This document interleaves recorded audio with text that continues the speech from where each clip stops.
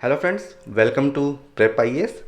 ये lecture modern India का third lecture है एंड इस लेक्चर में हम बात करेंगे people's resistance against British rule and revolt of 1857 के बारे में, मीन्स 1857 की क्रांति के बारे में इस वीडियो में हम लोग बात करेंगे और उससे पहले जो विद्रोह हुआ था उसके बारे में भी हम बात करेंगे।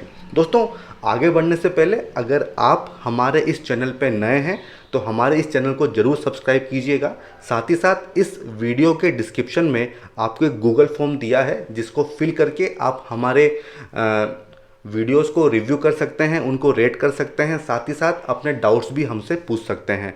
और तीसरी इंपॉर्टेंट चीज़, आप हमारे टेलीग्राम चैनल को भी ज्वाइन कर सकते हैं जहां पे आपको सारे वीडियोस की पीडीएफ मिल जाएगी और इस टेलीग्राम चैनल का लिंक भी डिस्क्रिप्शन बॉक्स में आपको मिल जाएगा। तो चलिए दोस्तों, शुरुआत करते हैं हमारे आज के इस वीडियो की। फ्रेंड्स, हम जानते हैं कि 1757 में बैटल ऑफ प्लासी होती है। ठीक है, प्लासी का युद्ध होता है 1757 में और 1857 में होती है रिवोल्ट। ठीक है, तो इन 100 सालों में जिसमें ब्रिटिश ने अपना एक्सपेंशन किया, कंसोलिडेशन किया, तो उन्होंने काफ़ी सारी ऐसी पॉलिसीज़ अपनाई जिससे काफ़ी सारे लोग जो भारत में रहते थे वो नाराज़ थे और इस नाराज़गी का ही परिणाम था कि लोगों ने समय समय पर विद्रोह किया और फिर बाद में 1857 की रिवोल्ट होती है। इस वीडियो में हम उन सभी पॉलिसीज़ को समझेंगे, कौन कौन सी विद्रोह हुआ उसको हम समझेंगे और फिर हम बात करेंगे 1857 की रिवोल्ट के बारे में। ठीक है दोस्तों, अब सबसे पहले हम समझने का प्रयास करते हैं कि ये जो लोगों का विद्रोह हुआ था, पीपल्स अपराइजिंग जो हुई थी, इसके मुख्य कारण क्या थे, किन वजहों से ये विद्रोह हुआ था। तो सबसे पहला जो कारण था वो था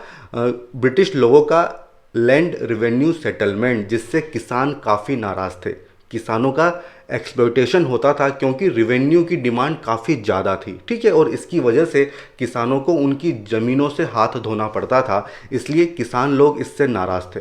दूसरी बात, किसान लोग इसलिए भी नाराज़ थे क्योंकि मनी लेंडर्स बहुत ही हाई रेट पे लोन देते थे। जो ब्याज की दर थी वो काफ़ी ज़्यादा थी और उसको चुकाने के लिए ही अपनी ज़मीनें बेचनी पड़ती थी, तो इसलिए जो मनी लेंडर्स थे उसकी वजह से भी लोग परेशान थे। वहीं अगर हम ट्राइबल लोगों की बात करें जो कि अपनी ज़मीन से, अपने फॉरेस्ट से काफ़ी उनको लगाव होता है, वो भी नाराज़ थे। क्यों? क्योंकि वहाँ पर भी रेवेन्यू एडमिनिस्ट्रेशन आ चुका था। ठीक है, बाहर के लोग वहाँ पे आ रहे थे जिससे उनके कस्टम, उनकी ट्रेडिशन को बड़ा खतरा पहुँच रहा था, इसलिए ट्राइबल लोग भी नाराज़ थे। ठीक है दोस्तों, अब अगर हम बात करें इंडस्ट्रीज़ की, तो जब से ब्रिटिश लोग भारत में आए थे उनका मेन उद्देश्य यही था कि ब्रिटिश मैन्युफैक्चर्ड गुड्स जो ब्रिटेन में बनते थे उनको भारत में प्रमोट किया जाए, क्योंकि भारत उनके लिए एक बहुत अच्छा मार्केट था। तो ऐसा करने के लिए उन्होंने क्या किया, जो भारत की इंडस्ट्रीज़ थी, जो यहाँ के हैंडीक्राफ्ट इंडस्ट्रीज़ थी, हैंडलूम थे, उन पे हैवी ड्यूटीज़, बहुत ज़्यादा टैक्सेस लगा दिए, जिससे कंपटीशन में वो कहीं टिक ही नहीं पाए, क्योंकि उनकी रेट बढ़ गई। भले ही उनकी क्वालिटी अच्छी थी, लेकिन क्योंकि उन पे टैक्सेस दुनिया भर के लगा दिए तो वो बाहर कॉम्पीट नहीं कर पाते थे। ठीक है, इसलिए हुआ क्या कि वो एकदम ख़त्म हो गए, उनका एकदम सत्यानाश हो गया। ठीक है, और हुआ क्या कि क्योंकि इंडियन इंडस्ट्री तो ख़त्म हो गई, तो ब्रिटिश मैन्युफैक्चर्ड गुड्स जो हैं वो भारत में आने लगे। शुरुआत में जब इंडिया एक्सपोर्टर था किस चीज़ का? मैन्युफैक्चर्ड गुड्स का, लेकिन ब्रिटिश शासन के बाद में हम केवल रॉ मटेरियल सप्लायर बन के रह गए। तो ये एक बहुत बड़ा कारण था। एंड जब ये हमारी इंडस्ट्रीज़ का डिस्ट्रक्शन हुआ, उनका विनाश हुआ, तो उसमें जो लोग काम करते थे वो सभी कहाँ भागे? गाँव में भागे, और गाँव में तो केवल एक ही काम था, वो था एग्रीकल्चर। तो इससे हुआ क्या कि एग्रीकल्चर, किसानी ज़मीन पे लोगों का प्रेशर बढ़ गया। तो एग्रीकल्चर पहले से ही डूब रहा था, अब ये लोग उसमें फिर से आ गए, तो एग्रीकल्चर का सत्यानाश हो गया। ठीक है, सिंपल सादा शब्दों में मैं आपको बताऊं तो एग्रीकल्चर, इंडस्ट्री सब तबाह हो गए थे, इसलिए ये सभी लोग नाराज़ थे। ठीक है दोस्तों, तो ये तो हो गए पॉजिटिव फैक्टर्स। अब दोस्तों, ब्रिटिश पॉलिसीज़ को समझने के लिए हमें सबसे पहले लैंड रेवेन्यू सिस्टम को समझना पड़ेगा। एंड फ्रेंड्स, अगर आप पिछले सालों के क्वेश्चन पेपर उठा के देखेंगे तो आप पाएंगे कि ये लैंड रेवेन्यू सिस्टम सबसे इम्पॉर्टेंट टॉपिक है। आप इसको मतलब मिस कर ही नहीं सकते, हम इसको काफ़ी डिटेल में समझेंगे। अब दोस्तों, ये जो लैंड रेवेन्यू सिस्टम है ये कोई नया सिस्टम नहीं था। ठीक है, ये एंशियंट टाइम से इंडिया में चला आ रहा था। सिस्टम क्या था कि किसान और जो भी राजा होगा उसके बीच में जमींदार होते थे।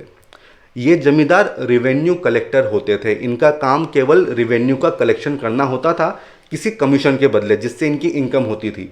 इनके पास मुख्य रूप से कोई ज़मीन नहीं होती थी, हालांकि कुछ एक्सेप्शन केस में हो भी सकती थी, बट मुख्य रूप से इनके पास कोई ज़मीन नहीं होती थी और ये किसान से रिवेन्यू लेके जो भी अथॉरिटी थी उसको ये रिवेन्यू पहुंचाते थे।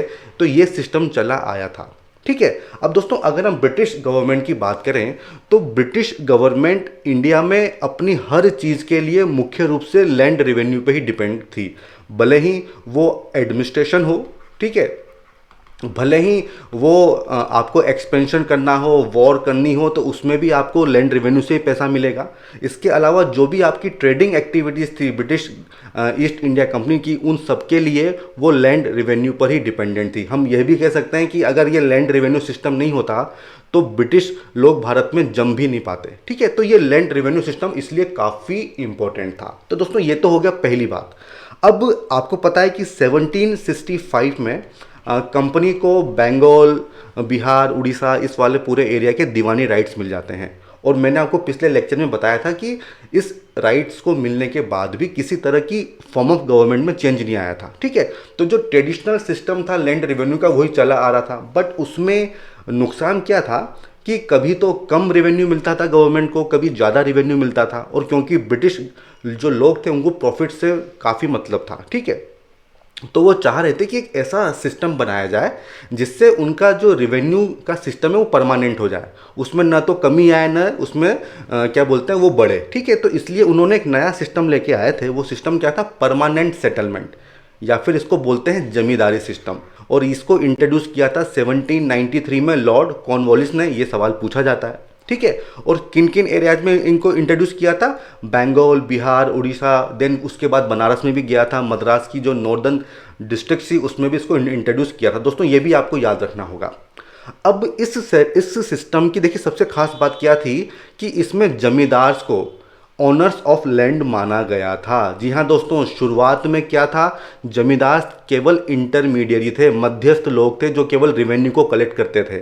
लेकिन इस सिस्टम में किसानों से उनकी ज़मीन का हक छीन के पूरा हक जमींदारों को दे दिया, मतलब जमींदारों की पोजीशन बढ़ा दी। और वहीं जो किसान थे, जो पीजेंट्स थे, एंड दोस्तों पीजेंट्स को रायत भी बोलते थे, RYOT, ठीक है। तो आप इसको देखेंगे बार बार, रायत मतलब किसान ही होते थे। तो इन किसानों की पोजीशन कम हो गई, ये अपने ही खेत में केवल मजदूरी करने लग गए क्योंकि इनकी ज़मीनें इनसे छीन ली, ठीक है। और right to collect the rent, मतलब रेंट को कलेक्ट करने का अधिकार भी जमींदार को दे दिया। ये जमींदार क्या करते थे? ये ओनर हो गए लैंड के, ये किसानों से रेंट लेंगे और उसको गवर्नमेंट को दे देंगे, ये इनका काम हो गया था। अब दोस्तों इसमें जो रेवेन्यू था वो फिक्स कर दिया गया था, इसलिए इसका नाम था परमानेंट सेटलमेंट। जो भी रेवेन्यू फिक्स किया है उसको 11 भागों में, 11 पार्ट्स में उसको डिवाइड किया जाएगा, ठीक है। 1/11, 1/11 जो पार्ट होगा वो जमींदार अपने पास रख लेगा, ठीक है। और जो 10/11 होगा उसका जो बड़ा पार्ट होगा वो ईस्ट इंडिया कंपनी को दिया जाएगा। तो इसलिए इसको परमानेंट सेटलमेंट दिया बोला जाता था। अब दोस्तों यहाँ पे ये भी समझना होगा कि ये जो जमींदार के ओनरशिप राइट्स थे ये हेरिडेटरी थे, मतलब उसके बाद उसके बेटे को शिफ्ट हो जाएंगे, ठीक है। बट ये ट्रांसफरेबल भी थे। अब इसका मतलब क्या है दोस्तों? क्योंकि रेवेन्यू तो फिक्स है और यहाँ पे डेडलाइन होती थी कि उस तारीख से पहले आपको पूरा का पूरा रेवेन्यू जमा कराना है, भले ही कुछ भी हो जाए, भले ही आंधी आ गई हो, तूफान आ गया हो, फसल फेल हो गई हो, उससे कोई मतलब नहीं है। आपको ये रेवेन्यू गवर्नमेंट को देना ही है। और अगर आप नहीं दे पाते हो तो गवर्नमेंट आपकी ओनरशिप राइट्स किसी और को दे देगी जो उनको रेवेन्यू देने में सक्षम होगा। तो इसलिए ये ट्रांसफरेबल भी था और इस पर भी क्वेश्चन बनता है, ठीक है दोस्तों। तो ये तो हो गया पहला एस्पेक्ट। अब दोस्तों ये बात आपके दिमाग में आ रही होगी कि जमींदारों के पास पहले ज़मीन नहीं थी, ठीक है। तो ये ब्रिटिश लोगों ने इनको ज़मीनों का मालिक क्यों बनाया?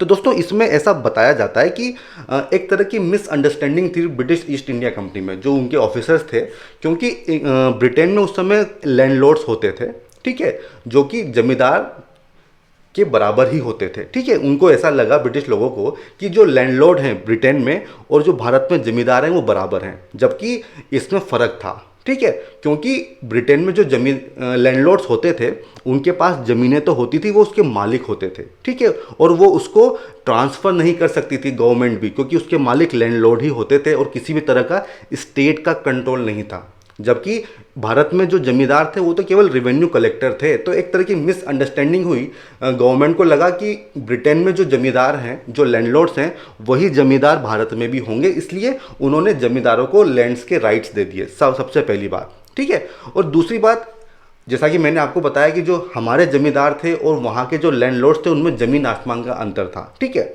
अब दोस्तों, इन जमींदारों को लैंड का ओनर क्यों बनाया, इस पे सवाल पूछा जा सकता है। तो दोस्तों, इसके काफ़ी सारे कारण थे। सबसे पहला, आपको पता है कि जो ब्रिटिश थे ये फॉरेनर्स थे, ठीक है, ये भारत में आके अपना साम्राज्य स्थापित करना चाहते थे।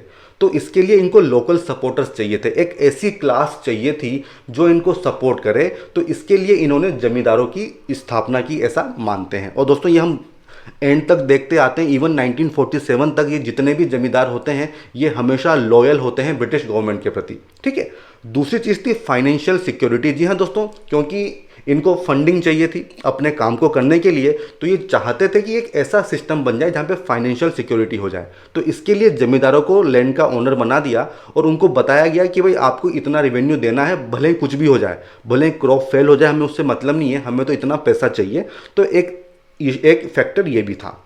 अगली जो चीज़ थी वो क्या थी, जमींदारों के माध्यम से रेवेन्यू को कलेक्ट करना काफ़ी आसान था। अब मान लीजिए अगर 1 करोड़ किसान हैं, ठीक है, आप उनसे डायरेक्टली रेवेन्यू कलेक्ट कर रहे हो, और वहीं जमींदार से, जो कि अगर 1 करोड़ किसान है तो हो सकता है कि 1000 ही जमींदार होंगे, तो उस 1000 लोगों से रेवेन्यू कलेक्ट करना आसान होगा, तो एडमिनिस्ट्रेटिव कॉस्ट काफ़ी कम होती थी। तो ये भी उसका एक रीज़न था, ठीक है। और इसमें एक फैक्टर ये भी था कि कंपनी ने सोचा कि अगर रेवेन्यू फिक्स होगा तो इससे एग्रीकल्चर प्रोडक्शन बढ़ेगा, क्योंकि किसानों को पता है कि उनको कितना रेवेन्यू पे करना है, ठीक है। तो इससे क्या होगा कि वो खेती में इम्प्रूवमेंट कर सकते हैं और अपना प्रॉफिट बढ़ा सकते हैं, क्योंकि रेवेन्यू फिक्स है, ठीक है, उतना ही गवर्नमेंट लेगी। उसके अलावा जो भी आपका प्रोडक्शन होता है उसमें गवर्नमेंट इंटरफेयर नहीं करेगी। तो वो सब किसान अपने पास रख सकते थे, जमींदार अपने पास रख सकते थे, ठीक है दोस्तों। तो ये उसका एक कारण था। अब दोस्तों, ये रेवेन्यू सेटलमेंट कितना एक्सप्लॉइटेशन करता था वो मैं आपको बताता हूँ। जॉन शोरे, जो कि बाद में गवर्नर बन के आए थे, उन्होंने कहा था कि अगर बंगाल का ग्रॉस प्रोड्यूस, टोटल प्रोडक्शन 100 है, तो उसमें से 45 तो गवर्नमेंट ले लेती थी, मतलब 45% था, ठीक है। और जो 15 पार्ट था उसका 15 पार्ट वो जमींदार अपने पास ले लेता था। मतलब 60 पार्ट तो किसान के पास है ही नहीं, 60 जो परसेंटेज है वो तो किसान ने टैक्स के रूप में दे दिया, ठीक है। और बचता क्या था किसान के पास, केवल 40। तो इस 40 में उसकी कॉस्ट भी नहीं निकलती थी। तो इसीलिए जो किसान लोग थे ये काफ़ी नाराज़ थे, क्योंकि पूरा ट्रेडिशनल सिस्टम ही चेंज हो गया था। इतना ज़्यादा टैक्सेस तो कभी ज़िंदगी में उन्होंने दिया ही नहीं था, ठीक है दोस्तों। तो ये हो गया वन फैक्टर। अब दोस्तों, इसके अलावा जो सेंट्रल इंडिया एंड अवध वाला जो एरिया था वहाँ पे थोड़ा सा मॉडिफाइड सिस्टम था, उसको बोलते हैं टेम्पररी जमींदारी सिस्टम। यहाँ पर भी जो ऑनर्स ऑफ लैंड थे वो जमींदार ही थे, बट यहाँ पे रेवेन्यू को पीरियडिकली रिवाइज किया जाता था। तो ये क्वेश्चन पूछा जा सकता है कि टेम्पररी जमींदारी सिस्टम क्या था। तो आपको कन्फ्यूज नहीं होना है, केवल वहाँ पे ऑनर्स वही होंगे जमींदार, रेवेन्यू को समय समय पर रिवाइज किया जाता था, ठीक है दोस्तों। अब हम बात करते हैं, नेक्स्ट जो सिस्टम था वो था महलवाड़ी सिस्टम। महलवाड़ी सिस्टम, महल का मतलब क्या होता है, रेवेन्यू स्टेट, या फिर आप समझ लीजिए कि विलेज और ग्रुप ऑफ विलेज को महल के नाम से बुलाते थे, और उसी के नाम पे सिस्टम पड़ा महलवाड़ी सिस्टम। इसको 1822 में हॉल्ट मैकेंजी के द्वारा इंट्रोड्यूस किया गया था, ये आपको याद रखना होगा, इस पे सवाल पूछा जा सकता है। जो परमानेंट सेटलमेंट था वो कॉर्नवालिस, महलवाड़ी, हॉल्ट मैकेंजी के द्वारा। और किन किन एरिया में इसको इंट्रोड्यूस किया गया था, सेंट्रल प्रोविंस, मतलब जो अभी का जो मध्य प्रदेश है, north west frontier, Agra, Punjab, Gangtok valley, इसमें इसको इंट्रोड्यूस किया गया था। और ये एक तरह का मॉडिफाइड वर्जन था जमींदारी सिस्टम का। एंड पंजाब में इस सिस्टम को बोलते थे विलेज सिस्टम। तो ये सब फैक्चुअल इन्फॉर्मेशन है जो आपको याद रखनी होगी। और मल्टीपल चॉइस क्वेश्चन जब आते हैं तो उनमें 4-5 ऑप्शन होते हैं और आपको एक क्वेश्चन में आप फंस जाते हैं, इसलिए आपको ये सारी फैक्चुअल नॉलेज भी होनी चाहिए, ठीक है दोस्तों। अब इस सिस्टम में क्या था कि जो लैंड थी महल की, उसको छोटे छोटे एरिया में डिवाइड किया जाता था, जिसको बोला जाता था महल। ठीक है, विलेज है जो रेवेन्यू स्टेट है, उसकी लैंड को डिवाइड किया जा रहा है। ठीक है, और उस महल में एक विलेज या दो विलेज होंगे। तो ये आप ऐसा समझ लीजिए, मान लीजिए बड़ा सा एरिया है, तो इसके डिफरेंट पोर्शन कर दिए और हर पोर्शन को एक महल के नाम से जाना जाता था। ठीक है, जो डिफरेंट डिफरेंट लैंड्स का कॉम्बिनेशन था या ग्रुप था, आप ऐसा इसको समझ सकते हैं। ठीक है, अब होता क्या था कि जो विलेज कमिटी होगी, जो विलेज के लैंडलॉर्ड होंगे, उनको रिस्पॉन्सिबल बना दिया गया था टैक्स के कलेक्शन के लिए। मींस यहाँ पे जमींदार सिस्टम नहीं था। जो विलेज के लोग थे, जो विलेज के हेडमैन थे या वहाँ के जो फैमिली के हेड थे, उनको रिस्पॉन्सिबल बनाया गया था टैक्स के कलेक्शन के लिए। और इसमें सिस्टम क्या था कि जो रिवेन्यू था वो पीरियोडिकली रिवाइज होता था। मतलब आपको फिक्स नहीं किया है रिवेन्यू, गवर्नमेंट जब भी चाहेगी उसको पीरियोडिकली चेंज कर सकती है। और दोस्तों इसका मोटिव साफ था कि जब भी गवर्नमेंट को अपने फंड्स बढ़ाने थे वो इसको रिवाइज कर देती थी। तो ये सिस्टम था महलवाड़ी सिस्टम। अब जो तीसरा इंपॉर्टेंट सिस्टम है वो है रियोतवाड़ी सिस्टम। एंड फ्रेंड्स, मैंने आपको बताया था कि रियोत का मतलब क्या होता है, किसान। ठीक है, रायत इसको बोल सकते हैं, इसको हम किसान ही बोलते थे। ठीक है, ये सिस्टम 1820 में इंट्रोड्यूस हुआ था। और कौन थे इसके पीछे? Captain Alexander Reid and Thomas Munro. तो ये आपको पता होना चाहिए, 1820 में captain Alexander Reid and Thomas Munro. अब ये किस एरिया में था? साउथ इंडिया और साउथ वेस्टर्न इंडिया। एक्चुअली इन एरिया में क्योंकि जमींदार होते नहीं थे जिनके पास ज़्यादा ज़मीनें होगी, तो यहाँ पे किस तरह से सिस्टम बनाया जाए ये एक समस्या थी। इसलिए रियोतवाड़ी सिस्टम को इंट्रोड्यूस किया गया था। और जो ब्रिटिश ऑफिशियल्स थे उनका ये भी मानना था कि जो परमानेंट सिस्टम है, परमानेंट सेटलमेंट सिस्टम, वो कंपनी के लिए लॉस है। और वो लॉस क्यों है? क्योंकि जमींदारों को आपको एक हिस्सा देना पड़ रहा है। ठीक है, इसके अलावा क्योंकि जमींदारों को एडिशनल पैसा अपने पास ही वो रख लेंगे, तो इससे किसानों को वो एक्सप्लॉइट करते थे, उनका शोषण करते थे। तो इसलिए परमानेंट सिस्टम सही नहीं है, ऐसा उनका मानना था। ठीक है, तो उन्होंने एक ऐसा सिस्टम इंट्रोड्यूस किया जो हमेशा से भारत में रहता था, system that always existed in India. और वो सिस्टम ये लेके आए थे रियोतवाड़ी सिस्टम। इसमें इन्होंने मद्रास, बॉम्बे, असम, कुर्ग, इन सब में इसको लाया था। इसमें क्या किया था कि जो पीजेंट्स थे उनको ओनरशिप राइट्स दिए गए थे। तो इसीलिए बोला जाता है कि system that always existed in India, ownership rights उनको दे दिए गए थे, जो कि हमेशा से होता था। ये ओनरशिप राइट्स क्या होते थे दोस्तों? पट्टा। ठीक है, ये सवाल पूछा गया था यूपीएससी में एक बार, तो उसमें पट्टा यूज़ किया था वर्ड। तो पट्टा मतलब ओनरशिप राइट्स जो हैं वो किसानों को हैंड ओवर किए गए थे।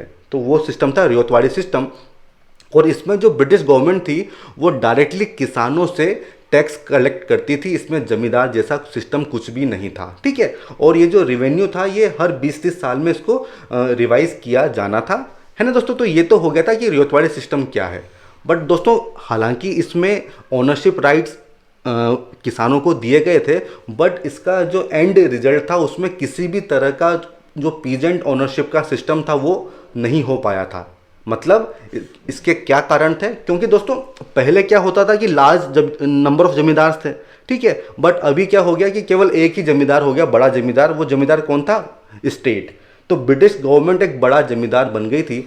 और किसानों को इससे क्या फ़र्क पड़ता है कि जमींदार एक हो चाहे 100 हो। ठीक है, जमींदार तो जमींदार ही है। ठीक है, और जो लैंड रेवेन्यू था वो बहुत ही ज़्यादा था, इट इज़ वेरी हाई। ठीक है, वेरी हाई लैंड रेवेन्यू, 45 से 55% तक लैंड रेवेन्यू पे करना होता था। ठीक है, और जो गवर्नमेंट थी वो कभी भी लैंड रेवेन्यू को अपनी मर्जी से बढ़ा सकती थी।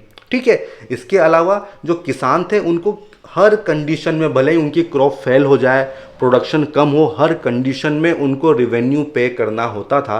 तो इसीलिए बोला गया कि इससे इस सिस्टम से भी पीजेंट ओनरशिप आई नहीं थी, क्योंकि वो सब डिपेंडेंट थे एक बड़े जमींदार के ऊपर। और वो जमींदार कौन था? British government. और बाद में जो गवर्नमेंट थी उसने भी इस चीज़ को एक्सेप्ट किया था कि ये जो रेवेन्यू है ये एक तरह का रेंट है, ये कोई टैक्स नहीं है। क्योंकि दोस्तों टैक्स क्या होता है? जब आपके पास ओनरशिप राइट्स हो तब आप टैक्स पे करते हो, और रेंट आप कब देते हो? जब आप किसी की ज़मीन को यूज कर रहे हो। ठीक है, तो वही बात थी कि गवर्नमेंट ने बाद में चीज़ को एक्सेप्ट किया कि ये रेंट है, ये किसी तरह का टैक्स नहीं है। तो दोस्तों ये हो गए तीनों सिस्टम, और ये तीनों सिस्टम हमारे लिए बहुत इंपॉर्टेंट है। इन पे किसी भले प्रीलिम्स हो चाहे मेंस हो सवाल पूछा जा सकता है। ठीक है, तो दोस्तों ये तो हो गई पॉलिसी। अब इस पॉलिसी के नुकसान क्या थे? सबसे पहला नुकसान तो ये था कि एब्सेंटी लैंडलॉर्डिज्म की प्रैक्टिस स्टार्ट हो गई थी। ये क्वेश्चन पूछा जा सकता है कि होता क्या है। दोस्तों, आपको पता है कि गवर्नमेंट और पीजेंट्स के बीच में जमींदार एक इंटरमीडियरी होते थे, ठीक है, और जमींदार का काम होता था रेंट को कलेक्ट करके गवर्नमेंट को देना। बट समय के साथ ऐसा हो गया कि जमींदार और किसान के बीच में भी कम से कम 40, 50, 60 इंटरमीडियरी और घुस गए, ठीक है, जिनका काम केवल किसान से रिवेन्यू कलेक्ट करना होता था। ऐसा होता था कि जो जमींदार है वो शहर में रह रहा है, ठीक है, बट वो रिवेन्यू कलेक्ट नहीं कर पा रहा है, तो वो किसी और को ये काम दे देगा, और उसने जिसको ये काम दिया है वो किसी और को दे देगा, ठीक है, और सब जो है अपना मुनाफा कमाते थे और सारा बर्डन पड़ता था किसान के ऊपर। तो ये प्रैक्टिस जो थी बहुत ही एक्सप्लॉयटेटरी थी, किसानों का बहुत शोषण हो रहा था, ठीक है। और दूसरी चीज़, ये जो सिस्टम इंट्रोड्यूस किया था, इससे लैंड जो है वो एक प्राइवेट प्रॉपर्टी बन गई थी, जिसको बेचा जा सकता है, जिसको गिरवी रखा जा सकता है। और दोस्तों, ये सिस्टम पहले नहीं था। पहले लैंड को बेचा नहीं जा सकता था, लेकिन इन रेवेन्यू सिस्टम से, क्योंकि लैंड किसान से छीन के जमींदारों को दे दी गई थी, तो लैंड एक प्राइवेट प्रॉपर्टी का नया फॉर्म बन गई थी, जिसको बेचा जा सकता है, ठीक है दोस्तों। अब दोस्तों, ऐसा सिस्टम क्यों किया गया था? मान लीजिए कोई किसान है जो जिसका प्रोडक्शन नहीं हुआ, उसकी फसल फेल हो गई है, तो वो किस तरह से रेवेन्यू चुकाएगा? तो इसका सिस्टम किया था ब्रिटिश गवर्नमेंट ने कि उसकी ज़मीन जो है वो प्राइवेट प्रॉपर्टी बना दी। वो उसको गिरवी रख के लोन ले सकता है और उस लोन से वो रेवेन्यू चुका सकता है, ठीक है। और अगर नहीं चुका पाता तो गवर्नमेंट क्या करेगी? उसकी ज़मीन को ही बेच देगी। तो एक तरह का फाइनेंशियल सिक्योरिटी के लिए गवर्नमेंट ने ये जो इसको जो ट्रेडिशनल सिस्टम था लैंड का, उसको चेंज कर दिया गया था, ठीक है दोस्तों। और इसमें यह भी चीज़ थी कि जो राइट टू ओनरशिप अगर किसान को दे दी जाएगी, तो ये भी हो सकता है कि वो एग्रीकल्चर में इम्प्रूवमेंट ना करे। तो ये भी एक उनका मानना था। तो ये तमाम जो इफ़ेक्ट थे ये लैंड रेवेन्यू सिस्टम के थे। और इससे क्या हुआ कि जो एग्जिस्टिंग लैंड सिस्टम था उसमें फंडामेंटल चेंजेस आ गए। ये मैंने आपको बता दिया कि लैंड एक नई तरह की प्राइवेट प्रॉपर्टी बन गई, जिसको खरीदा बेचा गिरवी रखा जा सकता था, ठीक है।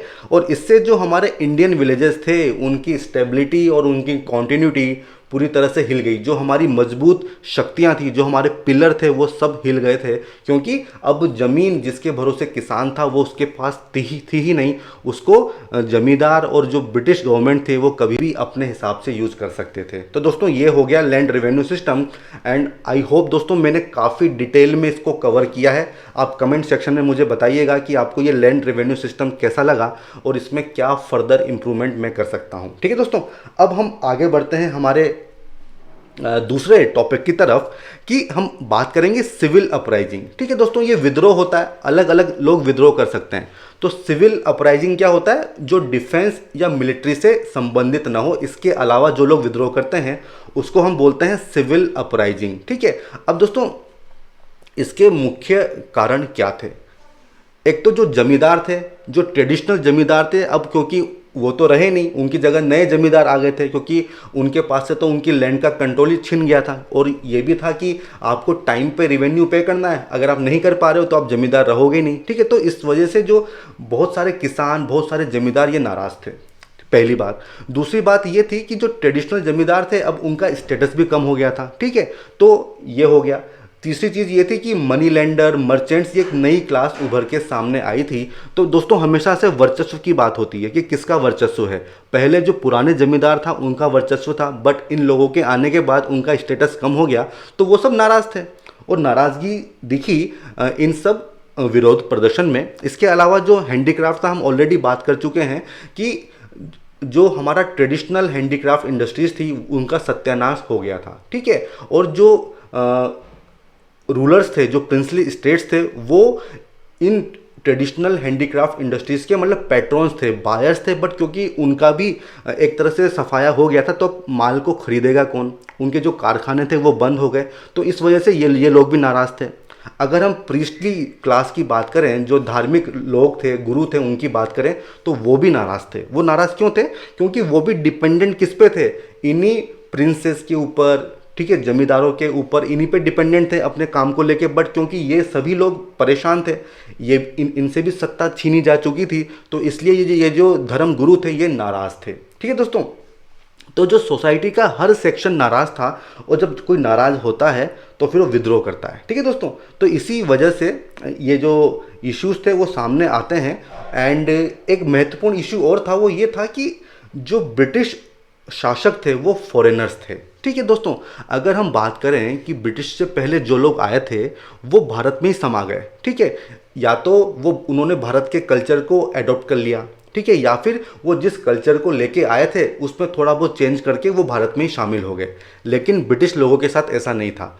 उनका जो कैरेक्टर था वो फॉरेन था, वो इंडियन ट्रेडिशंस को एक्सेप्ट नहीं कर रहे थे, वो अपनी चीज़ें ही थोप रहे थे। तो इस वजह से भी जो चीज़ें थी वो उनके मतलब लोगों के पक्ष में नहीं थी। तो ये तो तमाम वो कारण थे जिसकी वजह से लोग विद्रोह कर रहे थे। अब ये जो विद्रोह हुआ इसकी इसकी महत्वपूर्ण विशेषताएं क्या थी?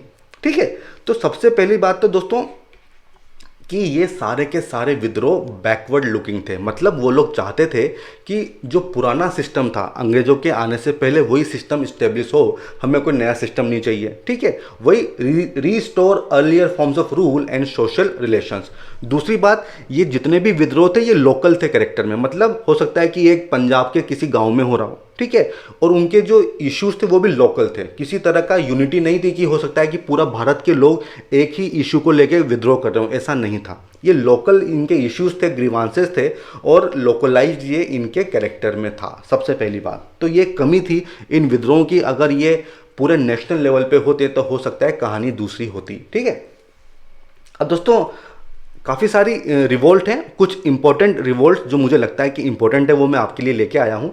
आपको रिवोल्ट का नाम याद होना चाहिए, ठीक है, उसका टाइमलाइन आपको पता होना चाहिए, उस रिवोल्ट में कौन इंपॉर्टेंट लीडर्स थे वो आपको पता होना चाहिए। साथ ही साथ आपको पता होना चाहिए कि कोई स्पेशल चीज़ उस रिवोल्ट में हुई है क्या, इसी पे क्वेश्चन पूछे जाते हैं।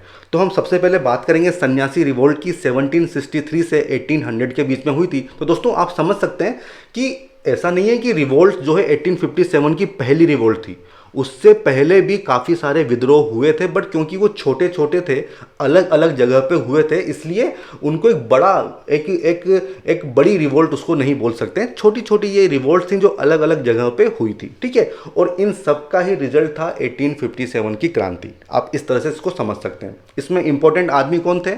मजनू शाह, जिसको मजनू शाह भी बोलते हैं, चिराग अली, इसके अलावा देवी चौधरानी। तो दोस्तों देखिए उस जमाने में भी महिलाओं का रोल था रिवोल्ट में, और ये इवेंट इतना बड़ा था कि 1882 में बंकिम चंद्र चट्टोपाध्याय आनंद मठ लिखते हैं जिसकी कहानी होती है सन्यासी रिवोल्ट। एंड दोस्तों ये क्वेश्चन पूछा जा चुका है यूपीएससी प्रीलिम्स में शायद 1 या 2 साल पहले, आनंद मठ उसका टाइमलाइन। एंड दोस्तों देवी चौधरानी के ऊपर भी बंकिम चंद्र चटर्जी ने एक नॉवेल लिखी है इस चीज़ को बताने के लिए कि जो हमारा स्ट्रगल था उसमें वुमेन की इम्पोर्टेंस कितनी थी। तो दोस्तों ये आप मेंस की आंसर राइटिंग में भी इसको यूज़ कर सकते हो, सन्यासी रिवोल्ट, देवी चौधरानी एंड बंकिम चंद्र चटर्जी। अब दोस्तों ये तो हो गया फर्स्ट। इसके बाद जो सेकंड रिवोल्ट थी वो थी पाइका रिबेलियन 1817। ये हमेशा से ही न्यूज़ में रहती है।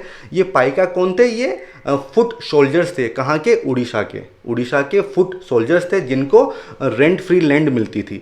बट क्योंकि 1803 में उड़ीसा का कॉन्केस्ट हो जाता है तो वहाँ का जो राजा था, राजा ऑफ खुर्दा, उसको अपनी सत्ता से हाथ धोना पड़ता है, और ब्रिटिश रूल के तहत वहाँ पे एक बहुत ही हार्ड रेवेन्यू पॉलिसी अपनाई जाती है, जिससे ये पाइका नाराज होते हैं, सोल्ट की प्राइजेस बढ़ जाती हैं। ठीक है, अबोलिशन ऑफ काउडी करेंसी, जो कौड़ी वाली करेंसी पहले चलती थी उसका अबोलिशन हो जाता है, नए नए टैक्सेस आ जाते हैं। तो इससे ये पाइका लोग नाराज होते हैं, और नाराज होते हैं तो ये विद्रोह करते हैं। अब दोस्तों इनका लीडर कौन था? इनके लीडर थे बख्शी जगबंधु विद्याधर। अब दोस्तों ये कौन थे? ये राजा ऑफ खुर्दा के मिलिट्री चीफ थे। अब फ्रेंड्स देखिए किस तरह से क्वेश्चन घुमाया जा सकता है। आपको ऑप्शन में दिया जाएगा कि बख्शी जगबंधु विद्याधर राजा ऑफ खुर्दा थे, बट दोस्तों राजा नहीं थे, वो राजा के मिलिट्री चीफ थे। इस तरह से आपको हिस्ट्री की तैयारी करनी है कि आपको एक एक लाइन अच्छे से पता होनी चाहिए। तो इनके नेतृत्व में एक रिबेलियन होता है और फिर बाद में होता क्या है कि वो लोग कामयाब हो जाते हैं गवर्नमेंट से लार्ज कंसेशन रेमिशन पाने में। तो दोस्तों ये पाई का रिबेलियन है, ये बहुत इंपॉर्टेंट है। इसके बाद तीसरा आता है वहाबी मूवमेंट, जो कि 1830 से लेकर 61 के बीच में चला था। ये एक इस्लाम को रिवाइवल करने का मूवमेंट था। दोस्तों दो तरह के मूवमेंट होते हैं, एक होता है रिफॉर्म, ठीक है, एक होता है रिवाइवल। रिफॉर्म में क्या होगा कि जो एग्जिस्टिंग चल रहा है या जो पुराना है उसमें आपको चेंजेस करेंगे उसको, और उसकी बेहतरी के लिए आप उसमें कुछ चेंजेस करेंगे, उसको बोलते हैं रिफॉर्म। और रिवाइवल का मतलब होता है कि जो पुरानी चीज़ है उसको एज इट इज़ आप उठा के आज भी यूज कर रहे हो, तो उसको हम बोलते हैं रिवाइवल मूवमेंट। तो इस्लामिक रिवाइवलिस्ट मूवमेंट था। और ये किसने, इसके फाउंडर कौन थे? सैयद अहमद ऑफ राय बरेली। तो ये भी आपको पता होगा।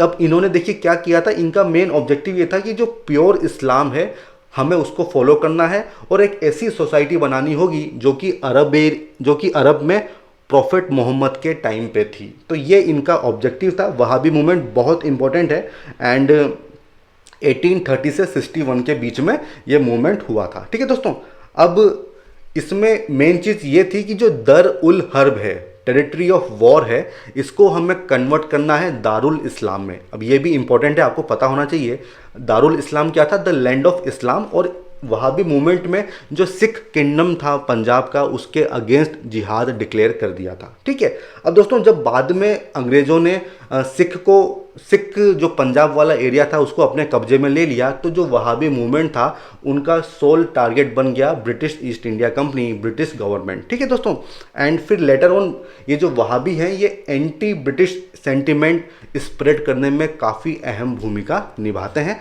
तो ये इनकी पीछे की कहानी है जो आपको पता होनी चाहिए, इस पर क्वेश्चन बन सकते हैं। अगला मूवमेंट है कूका मूवमेंट, जो कि 1840 में होता है और इसको फाउंड किया था भगत जवाहर मल ने, जिन्हें हम सायन साहब भी कहते हैं। और कहाँ पे था? वेस्टर्न पंजाब में। दोस्तों ये सब आपको याद रखना होगा। और इनसे जुड़े जो दूसरे मुख्य लीडर हैं वो है बाबा राम सिंह, जिन्होंने नामधारी सिख सेक्ट की स्थापना की थी। तो ये भी इंपॉर्टेंट है। ये जब ब्रिटिश लोग पंजाब को एक्वायर कर लेते हैं तो ये जो मूवमेंट था ये रिलीजियस प्योरिफिकेशन कैंपेन था पहले, लेकिन बाद में हो जाता है पॉलिटिकल कैंपेन। और इसमें काफ़ी सारे सोशल रिफॉर्म्स की बात भी होती है, जैसे कि हम कास्ट को अबॉलिश करेंगे, ठीक है, discrimination among six, similar discrimination उसको हम ख़त्म करेंगे, ठीक है, मीट हमें नहीं खाना है, एल्कोहल ड्रग्स हमें नहीं लेनी है, विडो रीमेरिज को प्रमोट करना है, इंटर मैरिज की परमिशन देनी है। तो ये इसी तरह के तमाम सोशल रिफॉर्म्स की ये मूवमेंट बात करता था। इसके अलावा दोस्तों अगर हम पॉलिटिकल साइड की बात करें तो इनका ऑब्जेक्टिव था कि पंजाब से ब्रिटिश को हटाओ और जो सिख रूल था उसको फिर से रिस्टोर किया जाए। तो ये इनका पॉलिटिकल एम था। और दोस्तों उस 1840 में इन लोगों ने इस चीज़ को रिकमेंड किया था कि हम हैंड वूवन क्लॉथ्स का यूज़ करें, जो देसी सामान है, कपड़ा है, उसको हम यूज़ करें, इंग्लिश लॉज का हम बॉयकॉट करें, ठीक है, जो एजुकेशन है, इंग्लिश प्रोडक्ट्स हैं, उसका हम बॉयकॉट करें। तो हम समझ सकते हैं कि स्वदेशी एंड नॉन कोऑपरेशन मूवमेंट वो कूका लोग जो हैं वो प्रोपोगेट कर रहे थे, उसको फैला रहे थे, जबकि ये हमने बहुत बाद में कांग्रेस के टाइम पे देखी थी। तो ये सवाल पूछा जा सकता है। ठीक है दोस्तों, अब दोस्तों हाँ, अब हम बात करेंगे उन मूवमेंट्स की, उन पीजेंट मूवमेंट्स की जिसमें थोड़ा रिलीजियस ओवरटोन्स भी था, क्योंकि दोस्तों उस ज़माने में आप रिलीजन को किसी भी चीज़ से इतना आसानी से हटा नहीं सकते थे। तो पीजेंट मूवमेंट थे बट उनमें रिलीजियस ओवरटोन्स भी था, कोई धार्मिक कैरेक्टर भी उनका था। अब दोस्तों ये किसान क्यों नाराज़ थे, ब्रीफ में तो मैं आपको बता ही चुका हूँ। उनके ज़मीनों के जो रेंट्स थे काफ़ी ज़्यादा थे, मनी लेंडर से वो परेशान थे, उनको ज़मीनों से निकाल दिया जाता था। ठीक है, इसके अलावा दोस्तों इसमें ये भी चीज़ आपको समझनी होगी कि जो पीजेंट मूवमेंट्स थे इनके लीडर्स लोकल थे। और ये एक कमी रही हमेशा कि ये जो जितने भी विद्रोह हुए थे ये लोकल कैरेक्टर के थे, इनकी ग्रीवांसेस लोकल थी, इनके कॉजेज भी लोकल थे एंड बाद में इनके लीडर्स भी लोकल हो गए थे। ठीक है दोस्तों, तो ये सब चीज़ें हमारे लिए इंपॉर्टेंट है। अब हम समझते हैं कि जो सबसे पहला पीजेंट मूवमेंट हमें देखना होगा वो है नरकेल बेरिया अपराइजिंग। ठीक है, 1782-1831 के बीच में मीर नाथिर अली वो इसको इंस्पायर करते हैं। और इनका मुख्य मुद्दा क्या होता है? To rise against landlords. ठीक है, जो जमींदार थे उनका विरोध करना है, मुख्य रूप से हिंदू, जिन्होंने बियर्ड टैक्स मतलब दाढ़ी रखने पे टैक्स लगा दिया था। ब्रिटिश इंडिगो प्लांटर्स, इनके खिलाफ ये एक विद्रोह था और आगे जाके ये वहाबी मूवमेंट में शामिल हो जाता है और ये कहाँ पे था? वेस्ट बंगाल। ठीक है दोस्तों, अब अगला जो मूवमेंट है वो है पागलपंथी। ये पागलपंथी कहाँ के थे? बंगाल के थे, हैजोंग एंड गेरो ट्राइब्स, ठीक है, ट्राइब्स। और इसको फाउंड किया था करम शाह ने और बाद में टीपू जो इनके बेटे थे उनके नेतृत्व में ये लोग अपना विद्रोह करते हैं। और इनका ऑब्जेक्टिव क्या था कि जो जमींदार जो शोषण कर रहे हैं उसके अगेंस्ट हमें लड़ना है। दोस्तों हमेशा से आप देखेंगे जितने भी पीजेंट मूवमेंट होंगे उसमें जमींदार, मनी लेंडर, यही उनका मुख्य रूप से मुद्दा होता है कि इनको हटाओ। ठीक है, अब तीसरा जो रिवोल्ट था वो था फरेजी रिवोल्ट 1838 से 57 में। ये ईस्टर्न बंगाल, ठीक है। ये जो फरेजी थे ये क्या थे? कि मुस्लिम सेक्ट था। ठीक है, किसने इसको फाउंड किया था? हाजी शरीयत अल्लाह ऑफ फरीदपुर ने इनको किया था। शुरुआत में काफ़ी radical religious, social and political changes ये लोग चाहते थे और इनसे इम्पोर्टेंट जो एक व्यक्तित्व हैं वो कौन है? दादू मियाँ। इस पे सवाल पूछा जा सकता है कि दादू मियाँ का संबंध किस रिवोल्ट से था? तो संबंध था फरेजी रिवोल्ट से और बाद में इन्होंने इनका ये भी मुख्य मुद्दा हो गया था कि हम बंगाल से इंग्लिश लोगों को भगाएंगे, क्योंकि दोस्तों मैंने आपको समझाया कि हर सेक्शन उससे नाराज़ था। लोग फिर से पुराना जो सिस्टम था वो चाहते थे, नए लोगों को भगाना चाहते थे और इसी चक्कर में सारी रिवोल्ट्स हुई थी। और फिर बाद में इन्होंने जमींदारों के अगेंस्ट भी स्टैंड लिया और फिर बाद में ये वहाबी मूवमेंट को ज्वाइन कर लेते हैं। तो दोस्तों ये तीनों रिवोल्ट हमने देखी। अब हम बात करते हैं, नेक्स्ट है मोपला अपराइजिंग 1836 से 54 के बीच में जो होती है। ये बहुत इंपॉर्टेंट है क्योंकि बाद में जब नॉन कोऑपरेशन मूवमेंट होता है तब भी इसका महत्व बढ़ जाता है। तो दोस्तों इसमें इनका इशू क्या था कि रेवेन्यू डिमांड ज़्यादा है। ठीक है, जो ऑफिशियल्स थे वो बहुत ज़्यादा शोषण करते थे। तो जो मालाबार जो अपना केरला वाला एरिया है वहाँ के जो मोपला थे उन्होंने विद्रोह किया। ये तो था इसका फर्स्ट फेज। सेकेंड फेज इसका कब होता है? नॉन कोऑपरेशन मूवमेंट के टाइम पे, और उस समय कांग्रेस और खिलाफत मूवमेंट भी इससे जुड़ जाता है। तो दोस्तों ये बहुत इंपॉर्टेंट है हमारे लिए, मोपला अपराइजिंग। अब दोस्तों अगला आता है ट्राइबल रिवोल्ट्स। फ्रेंड्स, जो ट्राइबल लोगों की ग्रीवांसेस थी वो दूसरे किसानों की ग्रीवांसेस से अलग थी, ये तो आप समझ पा रहे होंगे। और दूसरा, ये जो ट्राइबल लोग थे इसमें भी दो तरह का डिफरेंस था। पहली बात तो मैनलैंड, मतलब जो भारत के भीतर में जो सेंट्रल एरिया में या जो ट्राइबल्स थे उनकी अलग डिमांड थी, और दूसरे ट्राइबल्स वो थे जो कि बाउंड्री पे, जो कि फ्रंटियर्स पर रहते थे, जैसे कि नॉर्थ ईस्ट वाले, उनकी डिमांड अलग थी। तो उनको हम अलग अलग देखेंगे क्योंकि दोनों का जो कारण था वो अलग था। अगर हम मेनलैंड ट्राइबल रिवोल्ट्स की बात करें तो उसका सबसे पहला मुद्दा था लैंड सेटलमेंट। ये तो हम हमेशा से देख चुके हैं। अब ट्राइबल्स इस लैंड सेटलमेंट के बदले अपनी ज़मीनें खो रहे थे। दूसरी बात, जो आउटसाइडर्स थे वो उनका इन्फ्लक्स हो रहा था। ठीक है, शिफ्टिंग कल्टीवेशन को कर्ब कर दिया था, जो उनका मुख्य जो उनकी जीवन जीने का तरीका होता था शिफ्टिंग कल्टीवेशन, उस पर बंदिशें लगाई जा रही थी। साथ ही साथ क्योंकि गवर्नमेंट को टिम्बर की आवश्यकता होती थी तो इसलिए रिजर्व फॉरेस्ट कर दिए थे, तो इससे ट्राइबल लोगों को काफ़ी नुकसान हुआ था। इसके अलावा जो ऑफिशियल्स थे, पुलिस, ट्रेडर्स, मनी लेंडर्स, ये उनका शोषण करते थे। तो इस वजह से जो मेनलैंड ट्राइबल रिवोल्ट्स थी वो हुई थी। ठीक है दोस्तों, अब इसके अलावा कुछ कानून ऐसे बना दिए गए थे जिससे ट्राइबल लोगों के कस्टम ट्रेडिशन में चेंजेस आ रहे थे, एक तरह का इंटरफेरेंस हो रहा था। एंड दोस्तों आप जानते हैं कि ट्राइबल लोग अपने कस्टम, ट्रेडिशन, फॉरेस्ट, लैंड, इन सब से काफ़ी जुड़े हुए होते हैं और इन सभी पे प्रहार किया गया था। अगला रीज़न था क्रिश्चियन मिशनरी, जो कि अपना धर्म फैलाने के लिए इन एरियाज में जा रहे थे। तो ये सब मुद्दे थे, मेनलैंड ट्राइबल रिवोल्ट्स थे।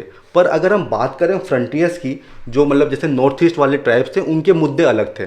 वहाँ पे किसी तरह का इंट्रूजन वगैरह था नहीं। उनका मुख्य मुद्दा था कि उनको पॉलिटिकल ऑटोनॉमी चाहिए, क्योंकि उनको या तो इंडिपेंडेंस दे दो आप या फिर आप ऑटोनॉमी दे दो, भले इंडियन यूनियन के साथ। उनको केवल ये मुद्दा था। उनका मूवमेंट किसी तरह का फॉरेस्ट बेस्ड मूवमेंट नहीं था, क्योंकि उनके पास लैंड और फॉरेस्ट पे कंट्रोल था। ठीक है दोस्तों, तो उनका मुख्य मुद्दा क्या था कि उनको पॉलिटिकल ऑटोनॉमी चाहिए थी, उनको इंडिपेंडेंस चाहिए थी, कि कोई भी उनके पॉलिसीज़ में, उनके कस्टम में, ट्रेडिशन में कोई भी इंटरफेरेंस नहीं करे, हमें आप ऑटोनॉमी दे दो, हमारा मुद्दा केवल ये है। ठीक है दोस्तों, तो ये तो वो थे जो नॉर्थ ईस्ट फ्रंटियर के ट्राइब्स थे। तो दोस्तों इस तरह से हमने देखा कि दोनों जो डिफरेंट ट्राइब्स हैं उनके मुद्दे अलग अलग हैं। अब दोस्तों ये जो ट्राइबल रिवोल्ट्स होती हैं इनकी मुख्य विशेषताएं क्या होती हैं? सबसे पहला तो कि ये मुख्य रूप से जो मनी लेंडर्स थे, ट्रेडर्स थे, उनके अगेंस्ट वायलेंस था इसमें।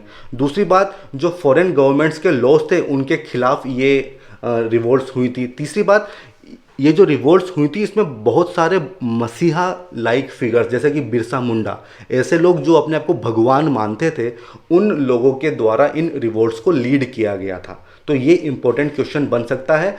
बिरसा मुंडा पे ऑलरेडी क्वेश्चन पूछा गया है जहाँ तक मुझे पता है, तो हम उसको डिस्कस करेंगे और ये हमारे लिए बहुत इंपॉर्टेंट है। अब दोस्तों इन रिवोल्ट्स में इन लोगों ने आउटडेटेड आर्म्स यूज़ किए थे, इस वजह से ये इतने सक्सेसफुल भी नहीं हुए थे। और दोस्तों ये तो जितनी भी रिवोल्ट्स हुई हैं, भले ही वो रिवोल्ट्स ऑफ 1857 हो या उससे पहले, सब में यही हमने पहले भी देखा था। जब मराठा वॉर हुई या जो भी हुआ, सब में आउटडेटेड आर्म्स हम लोग यूज़ करते थे और जो ब्रिटिश थे उनके पास एकदम एडवांस्ड आर्म्स होते थे, इसलिए वो लोग जीतने में कामयाब होते थे। ठीक है दोस्तों, अब जो इम्पोर्टेंट मूवमेंट्स थे वो एक तो थे हो एंड मुंडा अपराइजिंग, ये 1820 से लेकर 37 के बीच में हुई थी।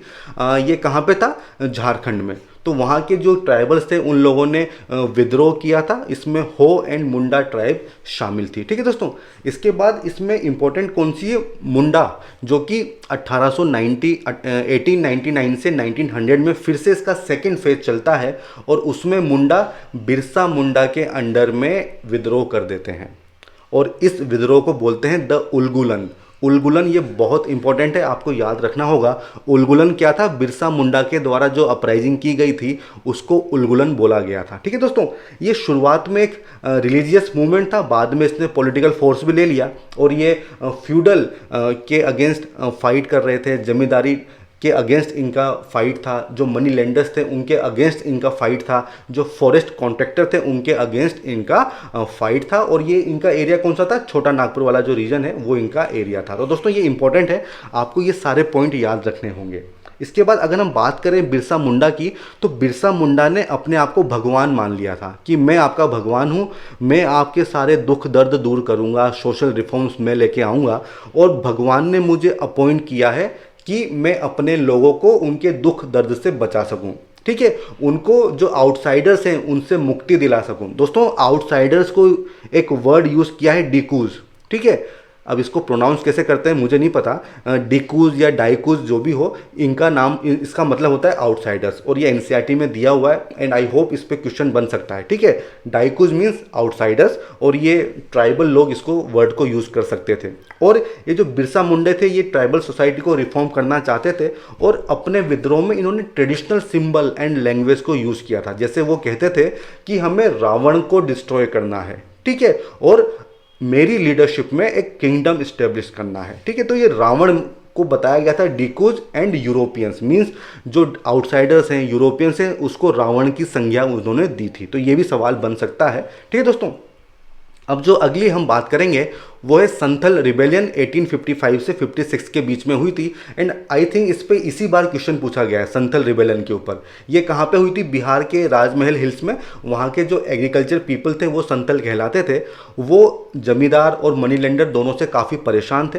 ठीक है, बाद में ये मूवमेंट एंटी ब्रिटिश मूवमेंट भी हो गया था। इसके इंपॉर्टेंट लीडर्स थे सिद्धू एंड कान्हू, उनके नेतृत्व में इन्होंने ये विद्रोह किया था। और बाद में एक इंपॉर्टेंट चीज़ ये है कि इन्होंने एक ऑटोनोमस रीजन घोषित कर दिया था। वो एरिया था भागलपुर और राजमहल के बीच का, जिसको संथल परगना के नाम से जाना जाता था और यही सवाल पूछा गया था। एक ऑप्शन यही था संथल परगना, इसलिए ये इंपॉर्टेंट है। ठीक है दोस्तों, अब दोस्तों ये तो हो गया ट्राइबल की रिवोल्ट, हमने पीजेंट्स की रिवोल्ट देख ली, सिविल अपराइजिंग देख ली। अब हम देखेंगे सिपोय म्यूटिनी। जो सैनिक थे, जो सेना में भर्ती थे, वो भी परेशान थे। और वो क्यों परेशान थे? क्योंकि उनकी पेमेंट और प्रमोशन में भेदभाव होता था। जो यूरोपियन लोग थे उनकी सैलरी ज़्यादा थी, उनको टाइमली प्रमोशन मिलता था, बट जो भारतीय सैनिक थे उनको डिस्क्रिमिनेट किया जाता था, उनको उनके साथ मिस ट्रीटमेंट होता था, उनको बराबर का दर्जा नहीं दिया जाता था। इसके अलावा एक समय बाद जो गवर्नमेंट थी वो फॉरेन सर्विस अलाउंस, जो भत्ता था, वो देने के लिए मना कर देती है।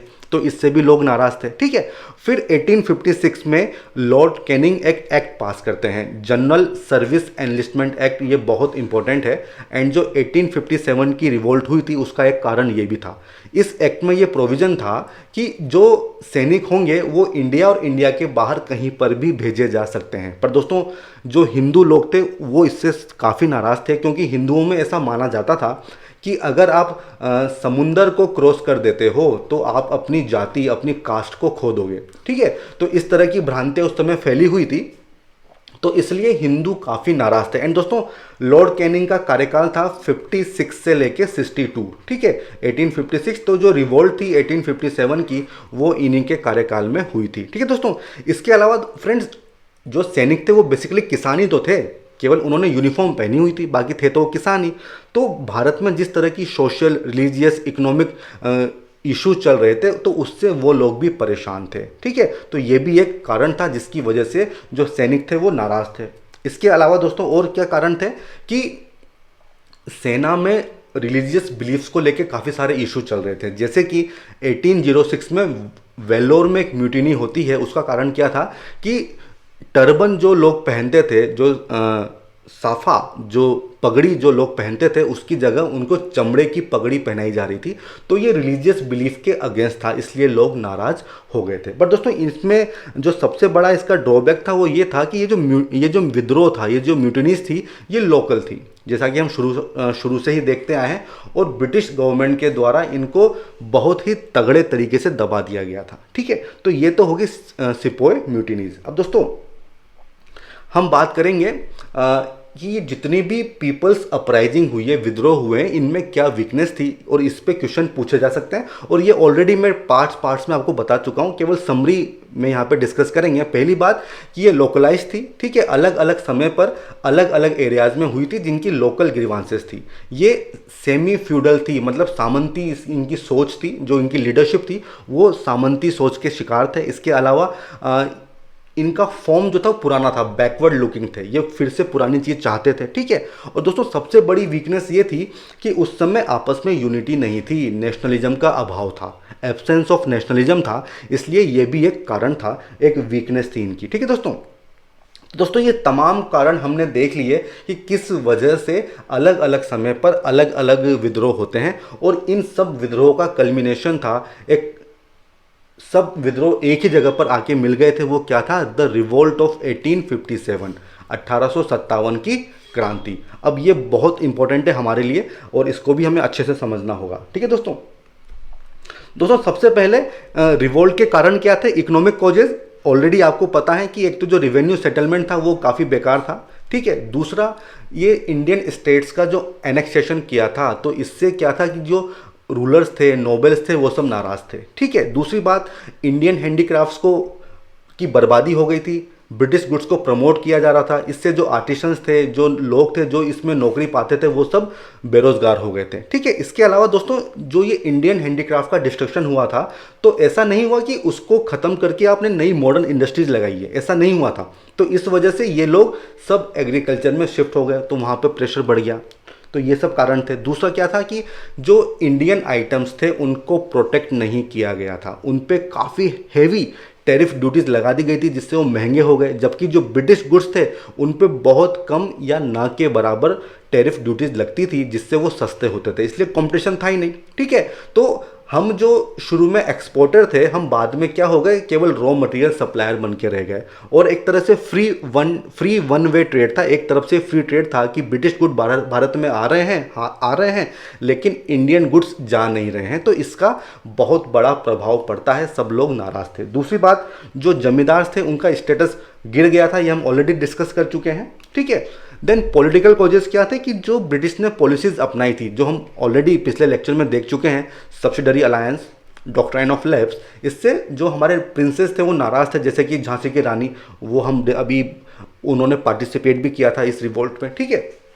दूसरा था कि जो राइट ऑफ सक्सेशन, जो उत्तराधिकार का अधिकार था, वो डिनाई किया गया था हिंदू प्रिंसेस को, ये हम डॉक्ट्राइन ऑफ लैप्स में देख भी चुके हैं। एंड फ्रेंड्स 1856 में क्या होता है कि जब फखरुद्दीन जो कि प्रिंस थे उनकी डेथ होती है, तो लॉर्ड कैनिंग अगले प्रिंस के सामने ये शर्त रखते हैं कि आपको जो लीगल जो आपका टाइटल है उसको आपको रिनाउंस करना होगा, उसको आपको छोड़ना होगा, आपको जो आपके मुगल प्लेसेस हैं उनको छोड़ना होगा। तो इससे भी सभी लोग नाराज़ थे। और दोस्तों उस समय लोगों की भावना मुगल एम्पायर से जुड़ी हुई थी, और ये हम आगे भी देखेंगे कि लोग मुगल को ज़्यादा पसंद करते थे। ठीक है दोस्तों, अब अगली चीज़ है एडमिनिस्ट्रेटिव कॉजेज। ये जितना भी एडमिनिस्ट्रेशन का सिस्टम ब्रिटिश लोगों ने लाया था उसमें बहुत ज़्यादा करप्शन था, और जो आम आदमी था उसको न्याय मिलना बहुत महंगा था। इसके अलावा ये जो ब्रिटिशर्स थे ये फॉरेनर्स थे, ठीक है, ये अपने आप को इंडियन नहीं समझते थे, और इसीलिए भारतीय लोग इनसे नाराज़ थे। ठीक है दोस्तों, अगला है सोशियो रिलीजियस कॉजेज,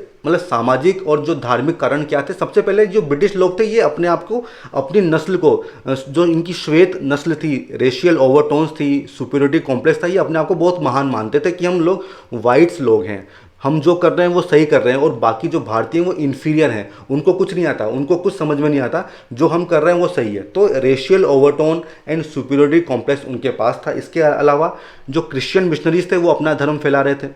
फिर समय समय पर जो ब्रिटिश गवर्नमेंट थी उसने काफ़ी सारे सोशियो रिलीजियस रिफॉर्म्स लिए, और उस समय हम इसके लिए तैयार नहीं थे। जैसे कि सती को अबोलिश किया था 1829 में, ठीक है, विडो रीमैरिज के लिए बिल लेके आए थे 1856 में, ठीक है, वुमेन एजुकेशन को प्रमोट कर रहे थे, तो इन सबसे भी लोग नाराज़ थे। इसके अलावा गवर्नमेंट का धार्मिक चीज़ों में इंटरफेरेंस बढ़ रहा था। एक रिलीजियस डिसएबिलिटी एक्ट आया था 1856 का, ये भी इंपॉर्टेंट है, सवाल बन सकता है। इसमें क्या हुआ था कि अगर कोई बेटा अपना धर्म चेंज कर लेता है तो उसके बाद भी वो अपने पिता की प्रॉपर्टी का हिस्सेदार होगा। तो मतलब ये जो एक्ट था ये कन्वर्जेंस को प्रमोट कर रहा था, इससे लोग नाराज थे। ठीक है दोस्तों, अगला रीजन क्या था, वो था कि आउटसाइड जो इवेंट्स हुए थे उनका इन्फ्लुएंस। दोस्तों कुछ इवेंट्स ऐसे हुए थे जिनमें ब्रिटिश गवर्नमेंट को हार का सामना करना पड़ा था, और इससे एक मैसेज गया था कि ब्रिटिश लोग इतने स्ट्रॉन्ग नहीं है, उनको हम हरा सकते हैं। ठीक है, जैसा कि फर्स्ट अफगान वॉर हुई थी, पंजाब वॉर्स हुई थी, क्रीमियन वॉर्स हुई थी, इनमें ब्रिटिश लोगों को अच्छी टक्कर दी गई थी। तो इन सब कारण की वजह से लोगों को लगा कि हम ब्रिटिश लोगों को हरा सकते हैं। ठीक है दोस्तों, अब अगला था डिसकॉन्टेंट अमंग सिपोइज। दोस्तों आप जानते हैं कि 1857 की म्यूटिनी मुख्य रूप से सिपाहियों ने स्टार्ट की थी, जो सिपोइज थे। अब उनके क्या कारण थे, कुछ कारण तो हमने पिछली स्लाइड्स में देखे हैं। पहली बात तो जो धार्मिक चीज़ों में इंटरफेरेंस हुआ था। फिर दूसरा 1856 का जनरल सर्विस एनलिस्टमेंट एक्ट, ये मैं आपको बता चुका हूँ कि इसमें आपको कहीं पर भी भेजा जा सकता है। दूसरा जो फॉरेन सर्विस अलाउंस था वो देने से मना कर दिया, भत्ता देने से मना कर दिया। इसके अलावा 1856 में अवध का एनेक्सेशन हुआ। एंड दोस्तों मैक्सिमम सिपोय अवध से ही बिलोंग करते थे, इसलिए वो नाराज़ थे।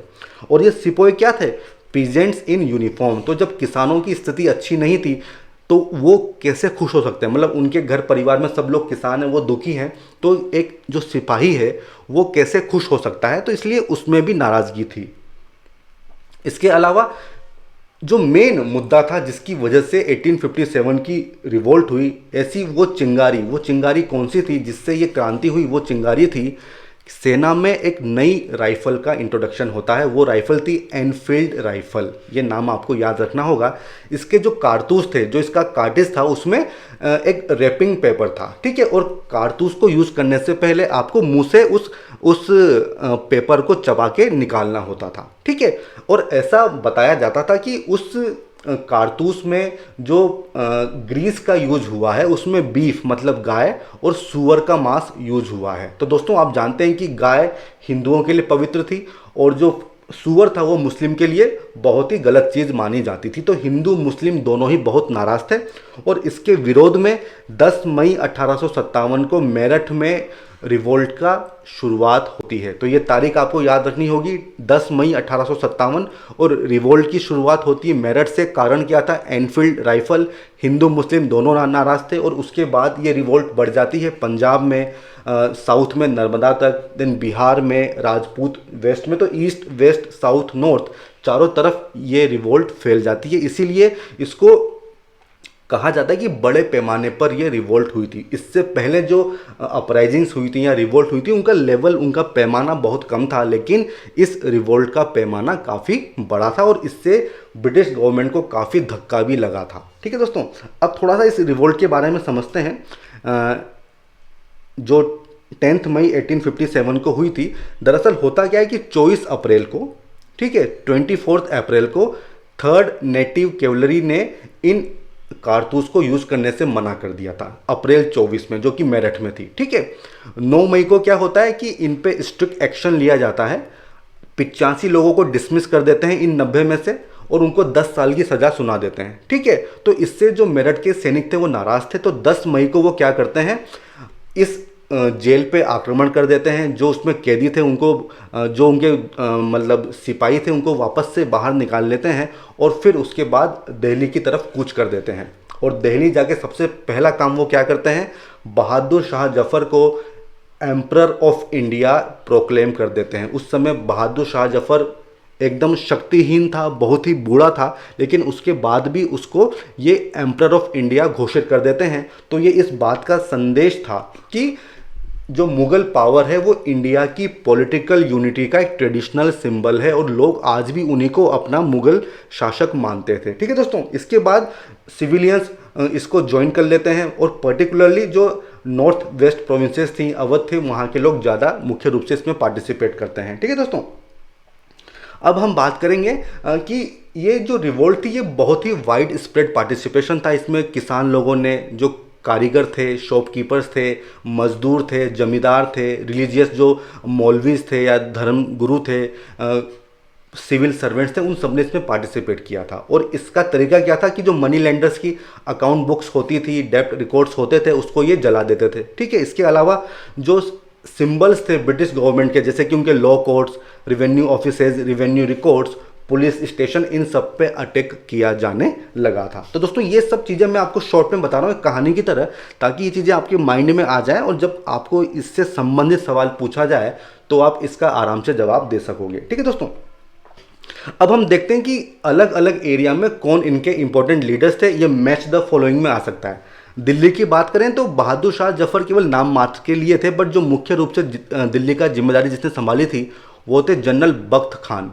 कानपुर में नाना साहब, लखनऊ में बेगम हजरत महल, बरेली में खान बहादुर, बिहार में कुंवर सिंह, फैज़ाबाद में मौलवी अहमदुल्ला, और झांसी में रानी लक्ष्मीबाई, जो बाद में तांतिया टोपे इनको ज्वाइन करते हैं, एंड बागपत से शाहमल। ये सब नाम आपको याद रखने होंगे, इन पे क्वेश्चन पूछा जा सकता है। ठीक है दोस्तों। अब रिवोल्ट हो गई 10 मई 1857 को।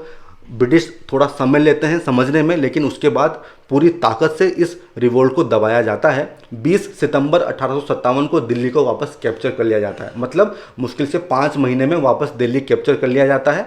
एम्परर को रंगून भेज देते हैं, जो बहादुर शाह जफर को, जहाँ पे 1862 में उसकी मृत्यु हो जाती है। मतलब जो आखिरी जो मुगल एम्परर थे उनकी मृत्यु हो जाती है। ठीक है।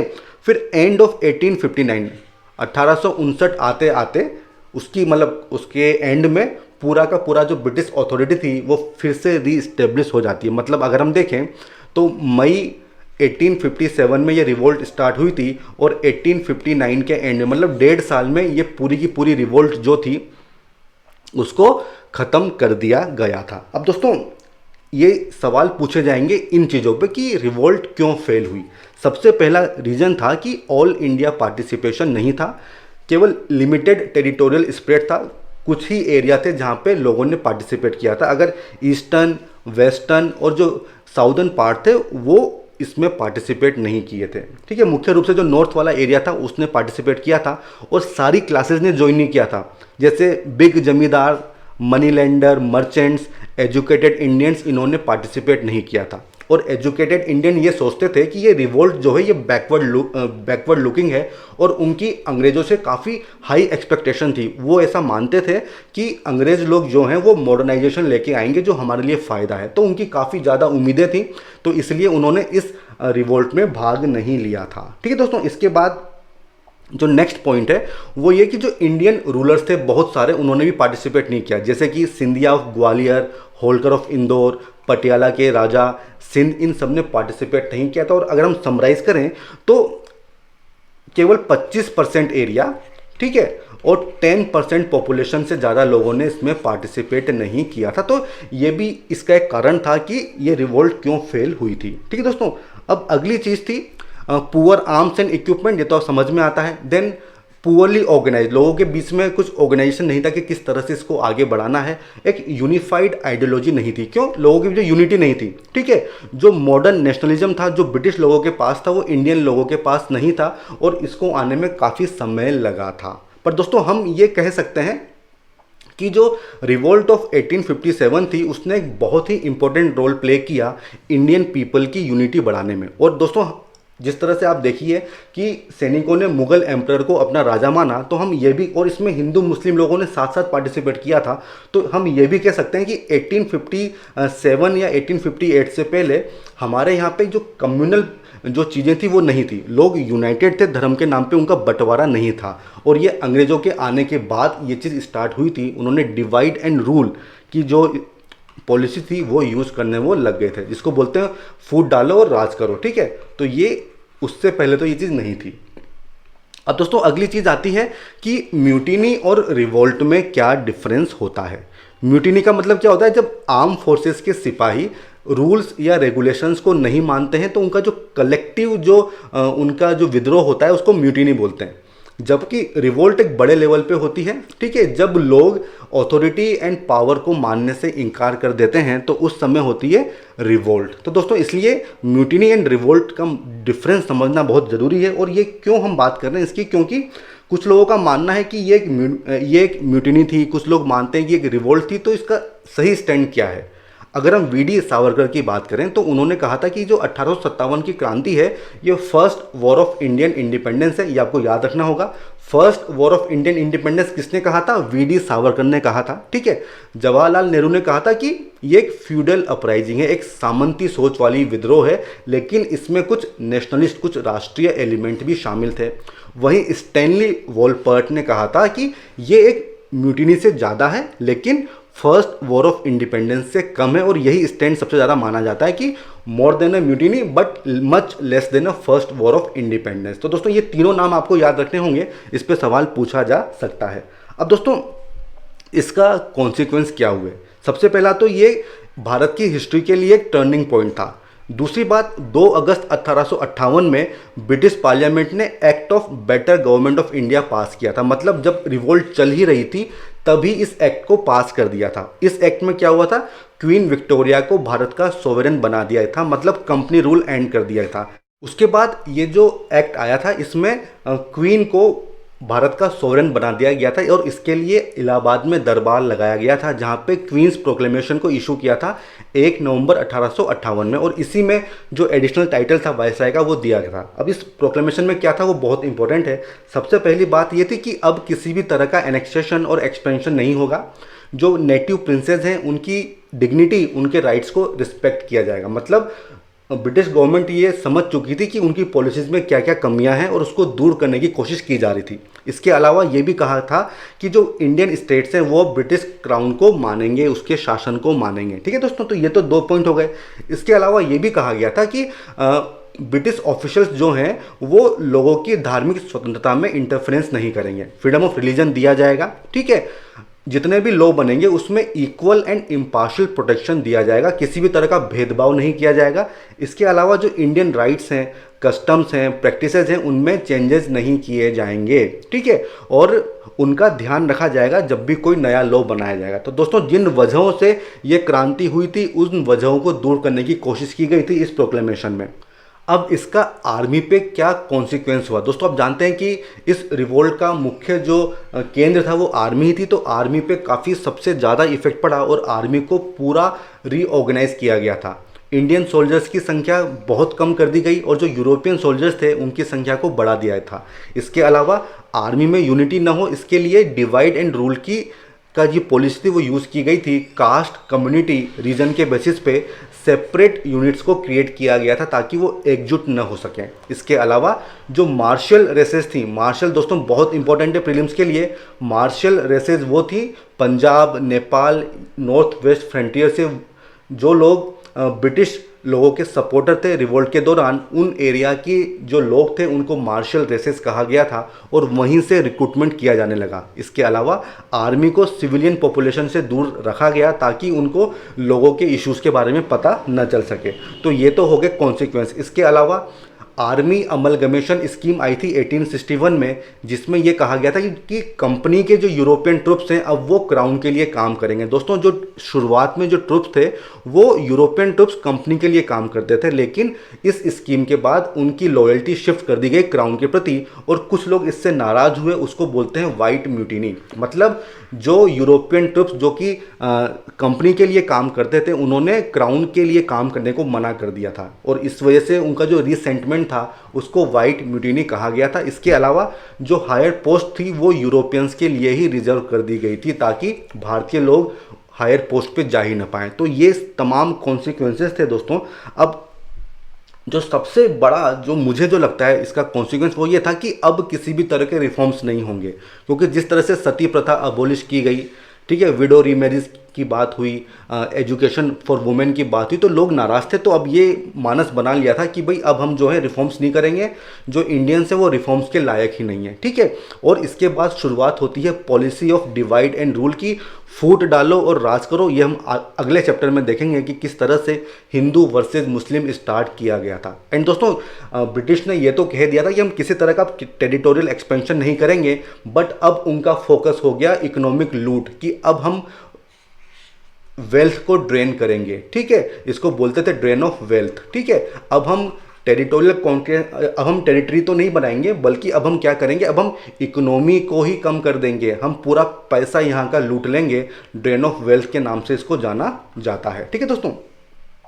अब इसके बाद 1861 में इंडियन सिविल सर्विस एक्ट आता है, यह भी इंपॉर्टेंट है और इसमें ये बताया गया था कि सभी लोग इक्वल हैं, बिना किसी रेस के लोगों का सिलेक्शन होगा, ठीक है। सिविल सर्विस में भी डिफ्रेंशिएशन नहीं होगा, बट ये केवल कहने वाली बात थी। इसके रूल्स इस तरह के बनाए गए थे कि जो इंडियंस है वो हायर पोस्ट पे नहीं जा सकते थे। और जो दूसरा सबसे बड़ा कॉन्सिक्वेंस था वो ये था कि अब इंडियंस और इंग्लिश के बीच में सस्पिशन बढ़ गया, ठीक है, रेशियल हेट्रेड बढ़ गई, मतलब नस्ल के आधार पर घृणा बढ़ गई थी। और इसको सबसे वर्स्ट लीगेसी माना जाता है इस रिवोल्ट का, है ना दोस्तों। अब हम बात करेंगे इसकी सिग्निफिकेंस की। कुछ अच्छी चीज़ें भी थी। सबसे पहला, इस रिवोल्ट से गवर्नमेंट को ये पता चला कि उनकी क्या शॉर्टकमिंग्स हैं, उनके एडमिनिस्ट्रेशन में, आर्मी में क्या इश्यूज हैं और उनकी ग्रीवांसेस क्या हैं, ये उनको पता चला। इसके अलावा जो हमारे इंडियंस थे उन्होंने हिंसा देख ली थी और अब उन्होंने ये मानस बनाया था कि भाई हिंसा का फ्रीडम स्ट्रगल में कोई भी रोल नहीं है। इसलिए आप देखेंगे 1885 में जब कांग्रेस बनती है तो उसमें हिंसा, वॉयलेंस को साइडलाइन कर दिया जाता है। और इसके बाद जो इसका सबसे इंपॉर्टेंट सिग्निफिकेंस था वो ये था कि इससे नेशनलिज्म की भावना, एक यूनिटी की भावना, एक राष्ट्रवाद की भावना उदय हुई थी। तो दोस्तों ये सब सिग्निफिकेंस थे, ठीक है दोस्तों। एंड दोस्तों आज का वीडियो हम यहीं पे ख़त्म करेंगे, ये हमारा टॉपिक ख़त्म हो गया है। आई होप आपको वीडियो अच्छा लगा होगा। आप गूगल फॉर्म में इस वीडियो को रिव्यू कर सकते हैं, उसको रेट कर सकते हैं। इसके अलावा दोस्तों इस वीडियो की PDF आपको टेलीग्राम चैनल पे मिल जाएगी। एंड फ्रेंड्स, अगर अभी तक आपने हमारे चैनल को सब्सक्राइब नहीं किया है तो प्लीज़ उसे सब्सक्राइब कीजिए ताकि सारे अपडेट्स आपको टाइमली मिल जाए, ठीक है दोस्तों। Good bye, thank you.